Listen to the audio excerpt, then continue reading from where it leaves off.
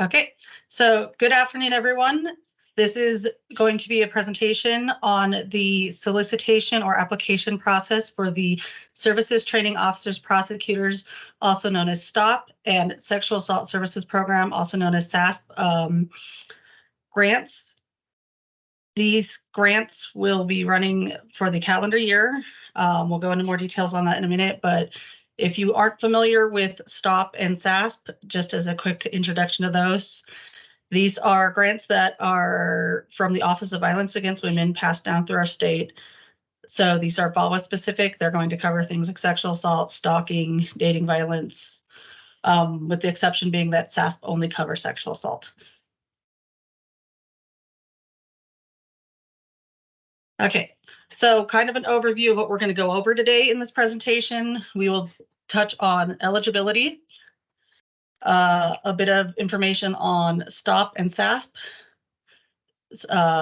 priorities as well as the state priorities, distribution of funds, the application process, the contents of the application packet itself, the deadline, which I will stress multiple times throughout this, kind of the timeline of what to expect from this process and then after applications are submitted, some reporting requirements and expectations if you're funded, that will be going on during the length of the grant, and then the grants unit contact information. So who is eligible for these funds? To be eligible for STOP and SASP, you must be a nonprofit organization or a unit of government, tribal and non-tribal. You must provide a UEI, also known as the Unique Entity Identifier number, and have an active SAM registration. You can register for SAM at the included link if you are not already registered for SAM, which also then continues on to the next part of this, which is that you cannot be on the list for exclusion from federal funds. Again, these are federal funds, they're not state funds. So if you are barred from receiving federal funds, you are not an eligible entity. And then you must register as a vendor with the State of Nevada Controller's Office in order to receive these funds, as that is how you would be paid.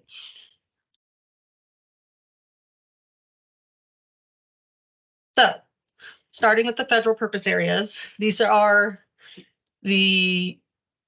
what the whole point of these grants are. If you cannot identify a federal purpose area for either STOP or SASP when you're putting together an application, then your project's probably not an eligible project under STOP and SASP. So this is a requirement. You must identify a federal purpose area when you complete your application. If you've already taken a look at the application packet, you will see that there is 2 spots that we want you to identify these. The first one is going to be the title page, page 2 and 3 of the title pages of the application packet. There's just going to be a checkbox, nice and easy. And the second spot is going to be in the scope of work area. In that area, you want to make sure that every goal or objective that you're identifying as something that you are planning on working on with these grant funds has an associated purpose area. And just as a reminder, prevention is an allowable activity under STOP, but it's not generally a priority area because of the limitations on how much funding we receive. So just bear that in mind when you're putting together your applications. And as it says on my slides, you can see what the federal purpose areas are for STOP on pages 8 through 11 of that solicitation packet, and pages 11 through 12 for SASP. And then the other priority areas we have that we're going to want you to identify one of is state priorities. So just as background for where these state priorities come from, in order to receive STOP funds, we have to have what's called a STOP implementation plan for the state. We have a committee that puts this together, and this is really what Nevada as a state has identified as priorities for our state versus just the general federal priorities. Oh no, you guys are still only saying thank you. Okay, I was using the tools to share in Teams. I'm going to switch to just sharing the good old fashioned way instead. We're going to see if that works better. Thank you for letting me know, guys. Let's start from the beginning and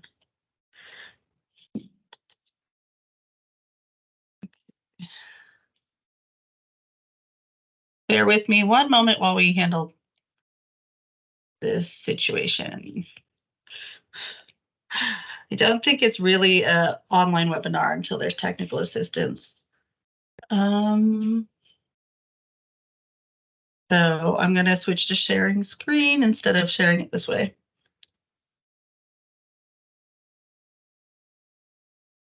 Megan, this is John. There's also comments in the chat that if this doesn't work, each of us can move them on our own using that screen. So we can see if that works first and then go from there. We should be able to just do it the good old fashioned way. Can you guys all see that screen now that says the title page again? Yes. Yes. Okay. So the slides we missed were my overview, eligibility, the purpose areas for the federal purpose areas, and now we're on state priorities. So as long as this moved, we should be good to go forward. Let me now bring back my team screen so that I've got you guys all in one spot. Okay. Okay. Yes, I will be sharing the slides. We have a question in the chat. I am going to answer before we get back on track after that little fun technical experience. I will be sharing the slides along with the recording that we're doing right now. So yes, take notes if you want, but I will also provide all this information to everyone so long as I have your email address. So again, circling back around to what I first said, if I don't, make sure I have it. You can put it in the chat. If you don't feel comfortable putting it in the chat, you can email me. There will be contact information at the end of this presentation. Okay, so back on track.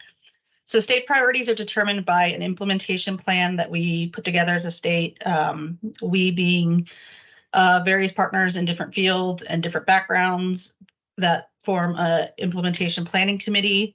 And so this will be experts in the field, victim service providers, law enforcement, prosecution, our office. And this is really identifying what we as a state feel needs to be addressed. So this is where the state priorities come from. So just kind of as a quick snapshot, this is in the solicitation, but I really want to bring special focus to the state priorities. So the state priorities are to improve access to sexual assault forensics exams, services for underserved victims, and improve investigation and prosecution of sexual assault crimes. Improve understanding of and response to human trafficking, particularly sex trafficking. Improve intake procedures and service collaborations to increase victim access and better identify victim priorities. Improve statewide, regional, and local utilization of resources and programs. Continue support of intimate partner violence fatality reviews and policy development, and to support development of dual domestic violence sexual assault programming in rural communities. So just like the federal ones, you're going to want to identify a state priority if you can. Again, you must identify a federal purpose area, and then you're going to want to be able to do a project ideally that's working towards the state priorities as well. Be sure you identify these. This is not the more you have, the better off you are. Make sure that when you're identifying a federal purpose area or state priority and associating it with a goal, if you put it on the title page, it better link to a goal. And if it's linked to a goal, make sure that you're selecting things that do in fact match what you're doing. Be mindful of that when you're putting together your application. So next up. So other priorities, and these are also from the federal guidelines, is provision of trauma-informed care services and the provision of healing-centered engagement. I think we all know at this point that it's best practice to make sure that your care is trauma-informed and healing-centered. So that's where those other priorities come in. Again, you'll need to identify a federal purpose area, and then state and other priorities are secondary to that federal purpose area. So the distribution of funds. STOP has a very specific way that it must be distributed, and these guidelines come from the feds between different categories of services. And this is to kind of ensure services are going across the board. So the distribution of funds breaks down into 5 categories, and these categories are law enforcement, which will receive 25% of the funding, prosecution at 25%, victim services at 30%, courts at 5%, and the discretionary at 15%. Discretionary is exactly what it sounds like. It's at our discretion. And within victim services, there's actually a 10% set aside that must be awarded to culturally specific community-based organizations. So the reason we want to make sure that you guys are aware of this is we, again, function on very limited funding compared to some of the other grant opportunities that you may see. And this grant funding is intended to be utilized across the entire state of Nevada. And it has to be broken down into these categories. So beyond just the scoring that the reviewers who will be reviewing these applications will be doing, there's also this that we have to bear in mind. And then within these different categories, 20% must be awarded to sexual assault. So there is all these set aside and moving pieces that will be kind of part of that when the funding decisions are made. So I want to be transparent with that because I don't want anyone to kind of be like, wow, why'd you guys do it this way? This is why we do it this way. So the application process. So we released the notice of funding opportunity or solicitation, as I've called it a few times, and that has the application packet and all the different various attachments and documents that you're going to need to compile, sign, and put together. These items must be emailed to aggrants@ag.nv.gov by Friday, November 17th, 2023 by 5 p.m. PST. If we receive it in our email system even 1 minute late, we will have to disqualify your application for review. Because of this, I stress, and we stress this every year, do not wait until the last day to submit if you can help it. Just assume that that deadline's actually Thursday the 16th and Friday doesn't exist. That's my advice. Obviously, if you submit it, as long as we get it before 5 p.m. on Friday the 17th, we will accept it. But don't let something like a weather condition and technology kind of not working the way it should be the reason that we have to reject your application. We don't like doing it. It never feels good for anyone. So really, really, really try to avoid that. During the time that we're receiving applications, we will respond back to you with a response confirming that we got it. It's not automated. It is done by hand. So if you don't hear from us right away, don't panic. But I will say that the last day, the deadline, and the day before, we are on it. I will be monitoring that as my primary thing I'm doing those days. So if you don't hear from us within like an hour to even half an hour on Friday, excluding lunch, then please reach out to us and please let us know that you're trying to submit something and we'll see what we can do. But again, if it's not in our system by 5 p.m., then it'll be disqualified. So again, don't wait. Just do yourselves that favor. So that application packet contains a few different things. It's going to have applicant summary letter that you're going to complete and fill out. In the instructions, it'll tell you this needs to be on your agency letterhead. You will have to include an MOU or letter of collaboration if you are a law enforcement, prosecution, or court entity.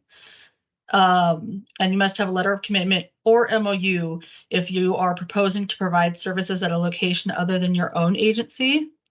So an example of this would be, say you have an advocate that you're going to house at someone else's agency, but they're your employee and they're going to provide services there. You're going to need that letter of commitment or MOU from the agency they're going to be housed at, outlining that they understand that you'll be using their facility and that they will help support your agency's presence within that and support the project. So that's a few of the attachments. There's also a sexual assault services questionnaire on page 22. I forgot to make sure that was the right page. If it's not, I'm sorry. You do not have to complete this if you are not proposing sexual assault services, but if you are, you must complete this questionnaire in its entirety. If a question doesn't apply to your project, then go ahead and mark not applicable. And it does not count towards your narrative page limits, this questionnaire. Again, if you're not proposing sexual assault services, you don't even have to do it. You do not have to submit something that says NA in all the boxes if you're not doing sexual assault services. So bear that in mind, but if you are, we have to see this. So then we have attachment G is one of the other items that you'll see listed in there. This is going to include your organizational chart. All applicants must include this. Nonprofits must also include a board of directors with contact information and their affiliation. And nonprofits must also include a total annual compensation for each of the top 5 executives. This is not your board. This confuses some people some years. This is the top 5 paid employees within your agency. Obviously, if your agency is really, really itty bitty and you've got 3 people on staff, then those are the only 3 people you're going to list. And then just note that that's your entirety of your staff.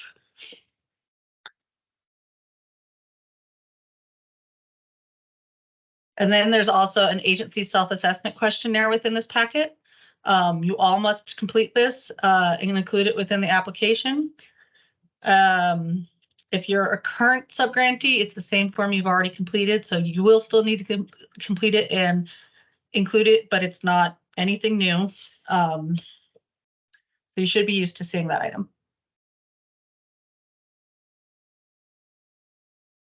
Indirect costs. If you have a federally negotiated cost rate agreement, you must include that agreement within your packet. Otherwise, there is an allowability of a 10% de minimis. This is based on the modified total direct cost, which includes your bases, your direct salaries, wages, fringe, supplies, materials, services, travel, and subawards. Also considered contracts and consultants in your budget when you look at it, up to the first 25,000 of each subaward. So if you're proposing to contract services with, let's say, 2 agencies, and they're both $50,000 contracts, then you're only going to be able to do 10% of 25,000 of each of those. So bear that in mind when you put together any application that would include a contractor or consultant.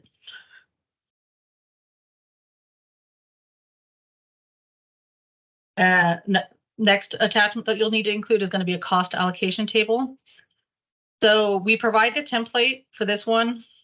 You do not have to use our template. If you have your own way that you want to set it up, that is a-okay. Everything else that you put together in this packet, you must use the forms that were provided. So the budget form that you're going to see, you have to use that budget form. The application packet itself, you have to use that. This is the one exception to this, is this table right here. But you do need to include that the information we're looking for is included in the allocation table, however your table looks. And that means you're going to have to show us, you know, the breakdowns that you're kind of seeing here. So if you have personnel that you're including in your project, you have to provide the breakdown of how they're being cost allocated. Even if they're 100% allocated, that's fine. Put it in the table that way. But we need to see kind of how you're splitting up different things. Obviously, operating costs, the grant's not going to be paying 100% of your agency's operating costs. So how else is your operating cost being handled? Items like that. So we want to kind of see that presented, and this really kind of links into sustainability and all of that. So make sure that you include this, make sure you include that information. Again, however you want to present it, your call. You do not have to use this table, but you are welcome to use this table as well that we provided. So reminders. Remember to use the forms provided in the solicitation packet. Again, for budgets, everything but that allocation table. You must use the forms that were provided. Do not make your own forms. if you look at the solicitation, you will see there is an application content list, and the very last page of the solicitation, page 38, is actually a checklist. Utilize the checklist. It must be included in your application as the final page of your application. So you're going to have to include it and use it. So just use it from the beginning. It makes things a lot easier for you, and it makes it a lot easier for the reviewers too, to make sure everything's included. So we're circling back around to indicating purpose areas. Be sure that you identify in your title pages the purpose areas that your project is addressing, not your agency, the project, and identify them on that scope of work table. They must be there. And even more so, more important than any of that, the deadline again is November 17th by 5 p.m. Pacific Standard Time. You must email an electronic copy to aggrants@ag.nv.gov. So one more time, November 17th by 5 p.m. And now kind of the timeline, so you guys can kind of have an idea of what to expect with the process after you've submitted your application. We released the notice of funding opportunity on the 16th for everyone. Today we're doing, my brain was so good when putting this together. We're doing the pre-application webinar here at 2 p.m. And then again, November 17th by 5 p.m. is that deadline to submit your applications. The week of the 11th, we are hoping to have our application review. All of the things that are below this deadline point are subject to change if they have to. We're really trying to stick to this because we want to be timely and mindful of everyone.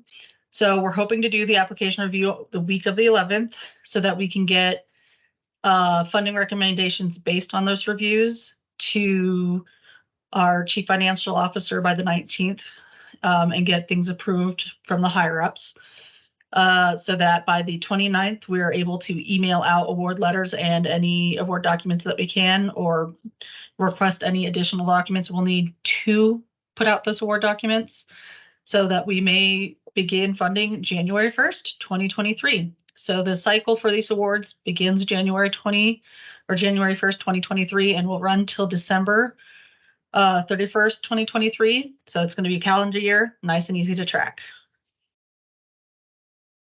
And when I say application review, if you're new to this process, go back. If you're new to this process, because it is competitive grants, we do have to put together a review team that will be reviewing applications and scoring them and providing recommendations to fund, not fund, and all of that. And so it's not just a few people deciding what to do with this money. It's a whole bunch of people really reviewing and scoring these applications. So that process, again, we're going to be doing in December. Megan? Yes. Megan, I'm sorry, just to clarify, this is going to be for calendar year 2024. Sorry, yes, thank you. My goodness. Yes. It's okay. We're not backtracking, guys. This is, I feel like it's a Monday, but it's not a Monday. So yes, this will be for calendar year 2024. So January 1st, 2024 through December 31st, 2024. Thank you, John. So yes. Okay. So if you are funded, there are some required reports that you will have to complete throughout the length of the grant period and some expectations that we want to hold you towards. So one of the required items is monthly. You will be expected to submit a monthly financial report on the by the 30th of the following month for that report. So say you do your January report, that would be due at the end of February. It says 30th, really, it's just the end of the month. Some months have the 31st. February has less. So because it's a cost reimbursable grant, which is stressed in the solicitation, the way this process works is you spend your funds and then you submit this monthly financial report to us with receipts and all of that, and we will reimburse that based on all the documentation we need being there and cost being allowable. Then additionally, as far as programmatic reporting goes, is there will be a packet due annually. This is also listed in the solicitation. That includes 2 documents. One of them is what we call the Muskie report. It is the report provided by the feds and is going to be a lot of numbers and statistical stuff based on what you did throughout the year. There's also some narrative portions that you can fill out. We stress filling those options out because this is kind of where the feds get all the numbers and information on what these funds are doing. Sometimes, you know, it can be useful when they're trying to get reauthorized if they have a good example of, but look what this funding has done. So that's the really that's a big report, but it's really important. And the other is just a very simple narrative report that is just going to go over things like your scope of work and, you know, if you met the goals, if you didn't meet the goals, all of that as far as what your scope of work was, and a few other required pieces like training and stuff. So that's one packet that'll be due January 31st. And since this is for the year of 2024, that January 31st will be January 31st, 2025 at the end of the grant. So those are your required reporting, and then kind of ongoing things that will pop up as needed. Will be things like training and technical assistance calls. So it'll be something like this presentation. We do various presentations like how to complete those monthly financial reports, or if you're awarded, you know, the whole process that you'll go through, like basically everything we're covering, we'll do trainings that breaks all of this down and what the expectations are in detail. Or TA calls. We want to make sure that people funded by us know that we are here to help make this go as smoothly as possible. There's so many required components as far as documentation and everything that you must be doing for grant funds that we're here to make sure that's being handled correctly.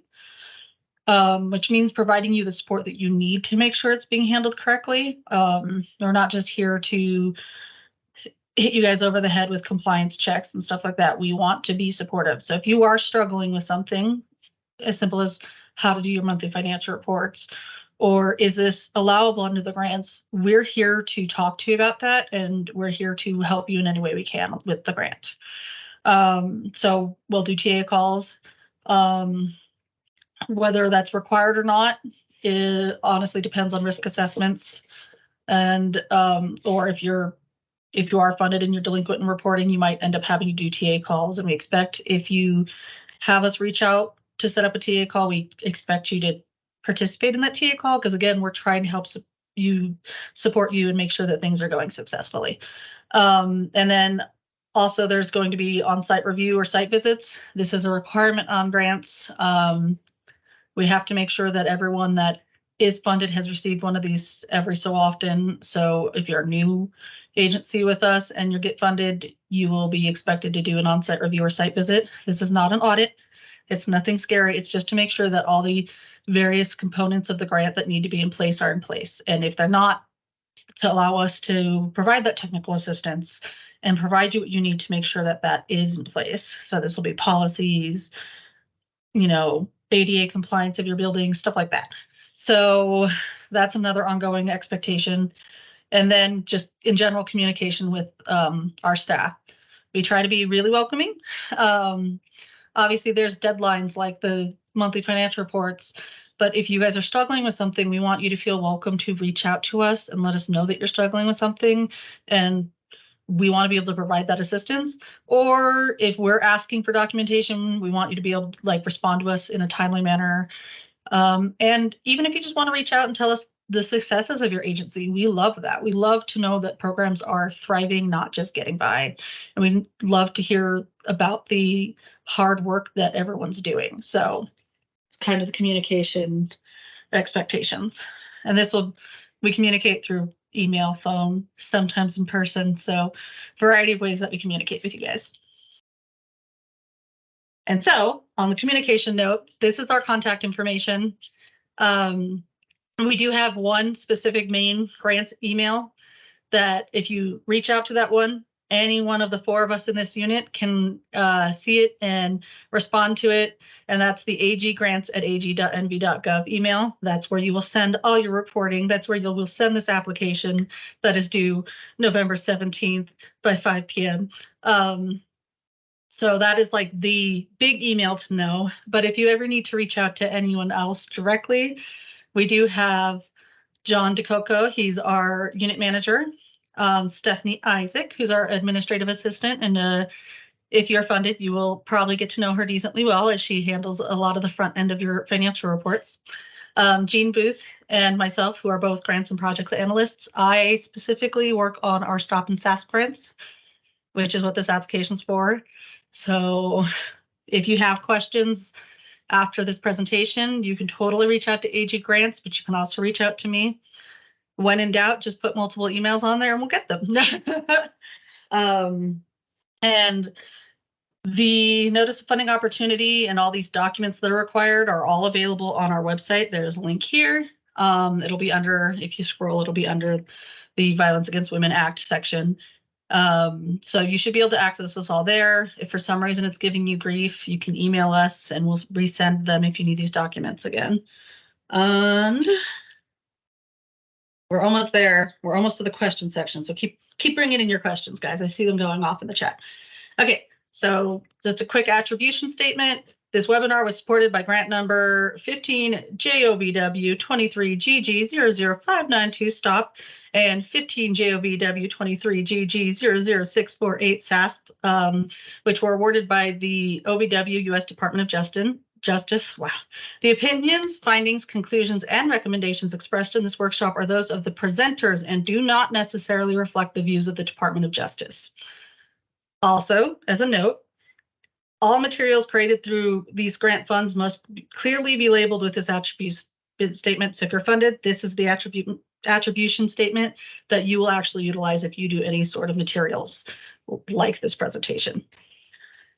So, best part of the day now. We're going to get into questions. So we do have a bunch in the chat. So at this time, I want to go through the chat first. But again, if you guys need to ask questions verbally, we're going to give you a chance to do that too. So let me just scroll really quick.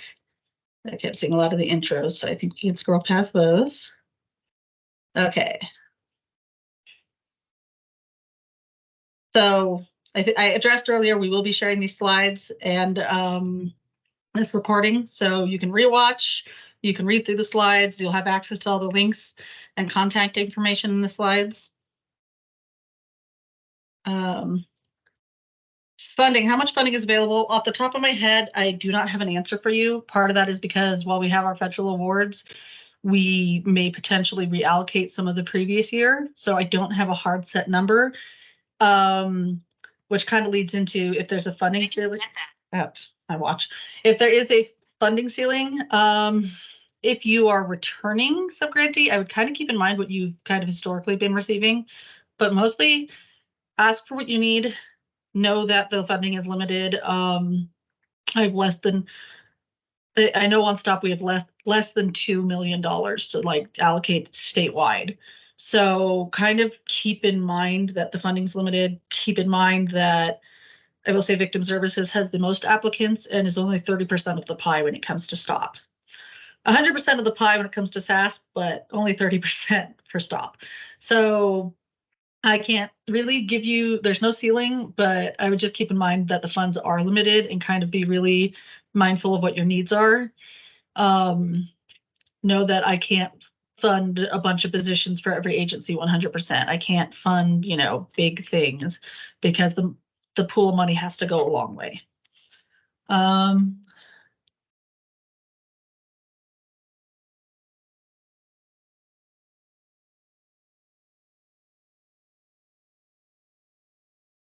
If it's a contractor, sorry. So do you want a 1099 contractor's pay and the top employee pay? So for that employee compensation, no, because they're a contractor, they're not employed. So no. And on that note, if you do have a 1099 contracted employee, then that's going to need to budget wise go under contracts and consultants, not personnel and fringe. Can we use indirect costs de minimis as part of our match? I believe so, but I think it's still held to the same rules of how you can like factor what that is. I wish I had a better answer. I can get a better answer and include it in our FAQ though, so I can follow up on that one. Because I will double check, but I'm like 99% sure that that's allowable. Will the grant allow us to serve trafficking victims under victim services, or would it go under discretionary, or does it not fall within the grant? It does fall within the grant, and whether it falls under victim services or discretionary just depends on what kind of agency you are and how much funding we have to allocate to each category. So if you are a victim services agency, it could fall under either. But that's for us to decide. So you really don't have to stress about that too much. Just like if you're applying, you don't need to stress about doing a budget for STOP and SASP. We kind of take a look at the answers provided, funding available, what the reviewers say, and we determine which funding source that you'll go under, well, and eligibility. So obviously, if you don't identify any SASP purpose areas, you're probably not going under SASP.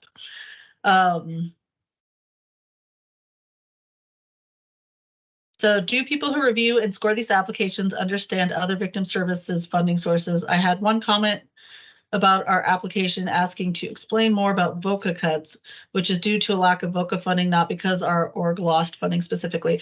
In this case, yes, we do understand in our agency, and we can make it clear that if there is a huge cut in something like VOCA or anything, that the reviewers are made aware. We do train our reviewers as well, so that's something that we would put in our reviewer training. So we train them on what the process should look like, and if there's any kind of big thing like that, like 25% VOCA cuts across the board, that we'll mention it so that it's obvious when they're reviewing. And then there is the question about 2024 being when the cycle starts. And yes, John has corrected that.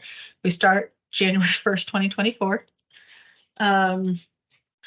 Will this grant allow for an upfront funding request, or is it only reimbursement based? It is reimbursement based. All of our grants are cost reimbursable only. So this does mean that if you're funded, you will have to be able to pay the initial like cost towards the things that you're billing us for, and then we'll pay you back. And then that cycle just kind of continually repeats. So part of that monthly financial report process, and if you're funded, there's a training on this, like I said, will be including backup documentation that shows that you paid for the staff you're asking to be reimbursed for, that if you bought supplies, there's receipts for those supplies, and then we reimburse. So yes, good question. Okay. I noticed this last week, so thank you for asking this question. So the question is part one title page. On part one of the title page, there is a section that says current STOP SASP funding awarded for state fiscal year 2023, July 1st, 2022 through June 30th, 2023. That should say July 1st, 2023 through December. So it's just, if you're currently funded out of the 6-month awards, you'll identify that. Otherwise, just disregard that. I will say, no, I think that's the only answer there. So sorry for that confusion. When I put out the FAQ, I'll make sure that that's noted somewhere as well as part of the FAQ. Under technology, would software to manage grants and funding monitoring be allowed under operating costs? I do believe that is an allowable operating cost under the STOP and SASP grants. However, it must be cost allocated across your other funding streams too. So just keep that in mind. Any operating costs need to be cost allocated. If you have funding for multiple projects through multiple funding streams and we're not 100% of your funding, we should not be paying 100% of your operating costs. And so keep that in mind when you do your budgets. Does our annual report number impact our funding applications? The Muskie report, no, it does not. It's good to know if you have met like goals that you guys sought out with the objectives and goals that you've put in. But the thing is if one agency is only serving a small pool of victims versus another agency serving more with the same amount of dollars, depending on your geographical location, it still wouldn't be, exactly comparable, because we understand there might not be as many needs and you might be putting more time into that victim. So no, it does not.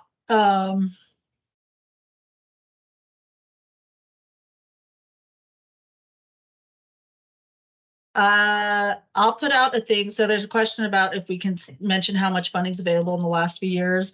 I can put out, like I said, I can put out how much we have available through the awards that we just received from the feds, but there may be more than that. So I guess I'll put that out so you guys can kind of gauge that when you do your applications, because there's that funding, there might be more based on reallocations. Okay. And then there's a question about the scope of work format being different this time than it has been for previous years. And can you put the completion date on there? Yes, go ahead. Thank you for pointing that out. We're kind of working on, because we have both the Stop and SAS grant and then some different discretionary grants we manage through our office. We have been trying to update our own policies and procedures and our forms. And so that form's one of the forms that we recently updated. And so I think that's something that might be useful to have on there. So go ahead. Yes, you can put more information on there, as long as you at least give me the information we're asking for.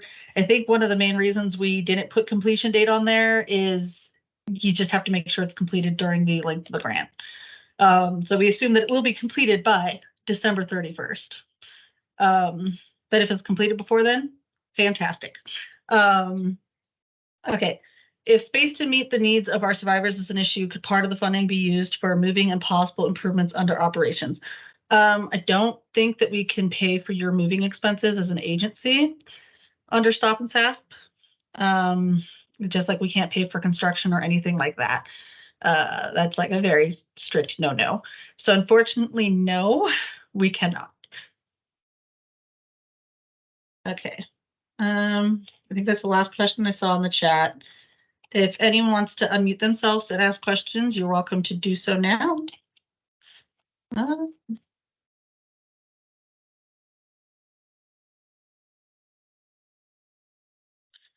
okay. So there's a question about match waivers. So if you read through the solicitation, there's a section when it's talking about budgets and all that will go over match. There is a 25% match requirement on awards that aren't awarded to victim services, specifically victim service nonprofits. So if you are a nonprofit victim services provider, you are exempt from that. So Mike, to answer your question directly, yes, you guys are considered victim services, so you're not required to do match, but law enforcement, courts, prosecution, universities, so forth, if you're an agency like that, you're required to provide match. And so again, that's going to be 25%, which is a third of the total amount you're requesting from us directly.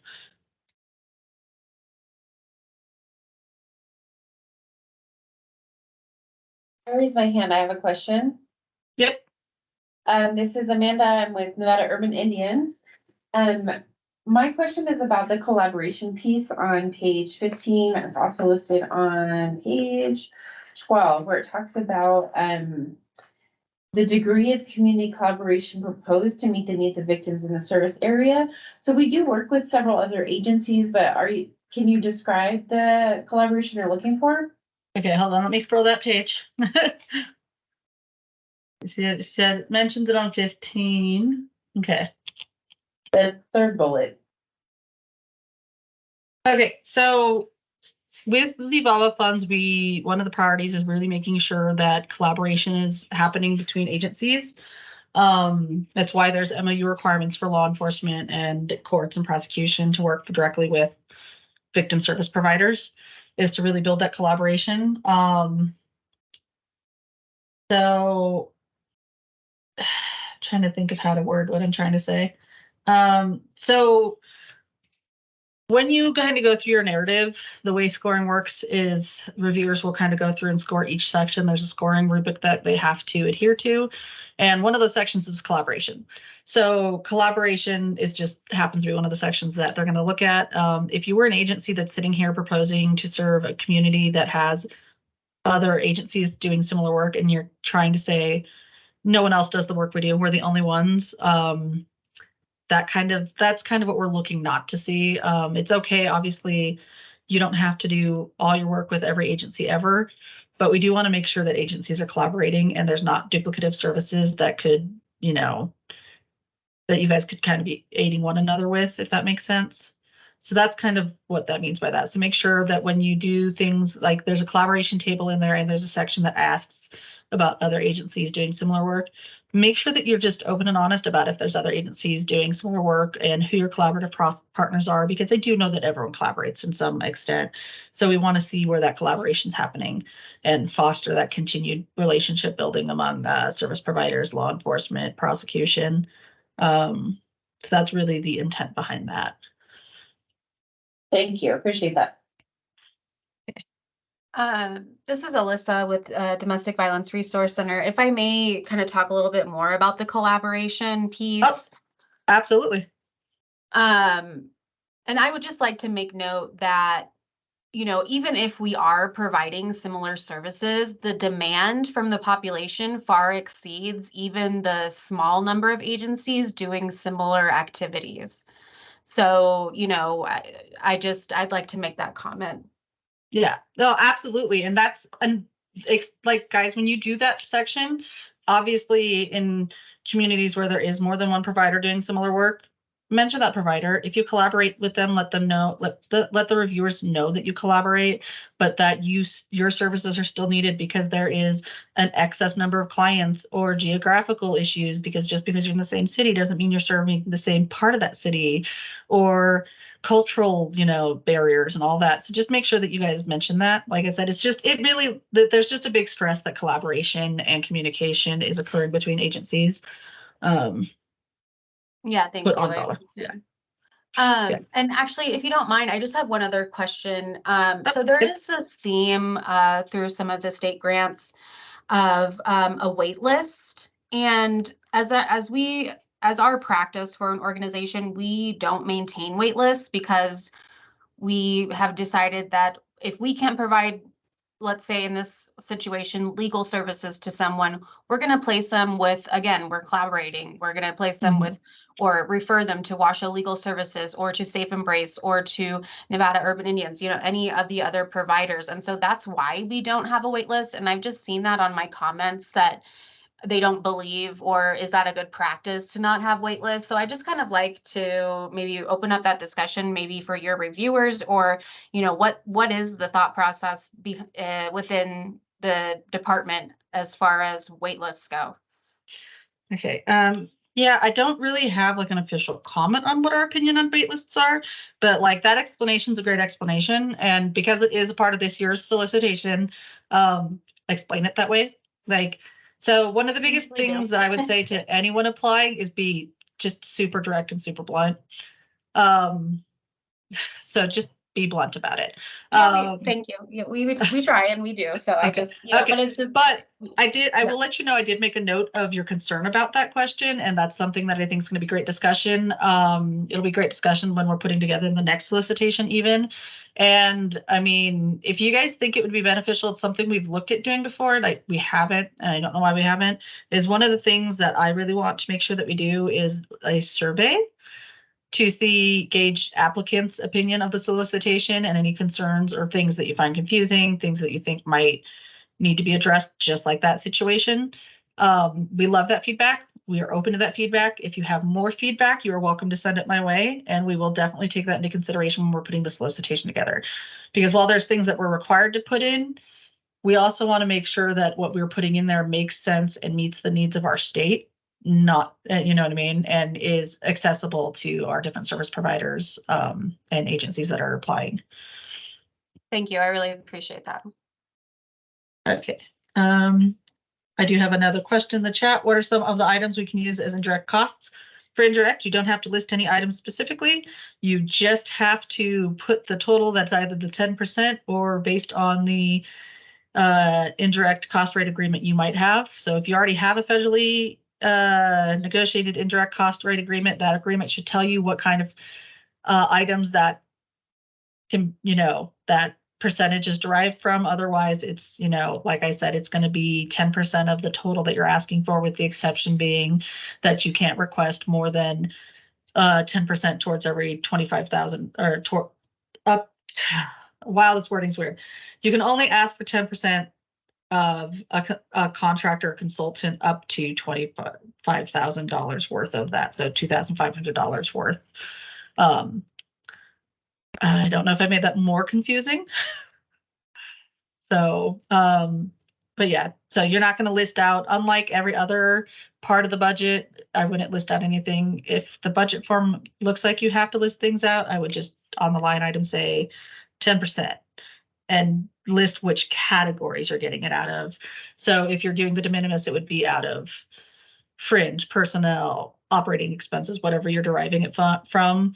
And then obviously where that section on that budget form really is getting at is if you do have contracts and consultants.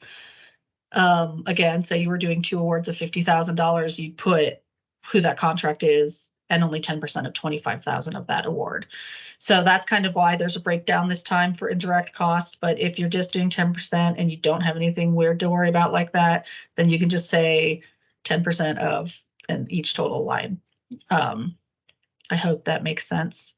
And then obviously, if you have a federally negotiated rate agreement that only allows you to derive indirect from direct personnel costs and fringe costs, then you'll note that in the fringe section of that budget form.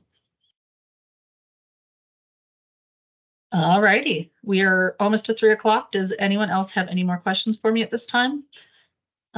You're welcome again to unmute and just ask them. But if you don't have questions, I'll just say this really quick, but you have questions later, you're welcome to reach out. You can email, and again, you can email AJ Grants, you can email myself. If you guys want my phone number, because you want to, it's something you think is easier for you to explain verbally, I'll put that in the chat actually for those, so that everyone has it, and you're welcome to reach out and call at any time with questions. Trying to type and talk to you guys at the same time. Okay. So I'm not seeing any new questions in the chat. Again, one last moment for you guys to unmute and ask if you want.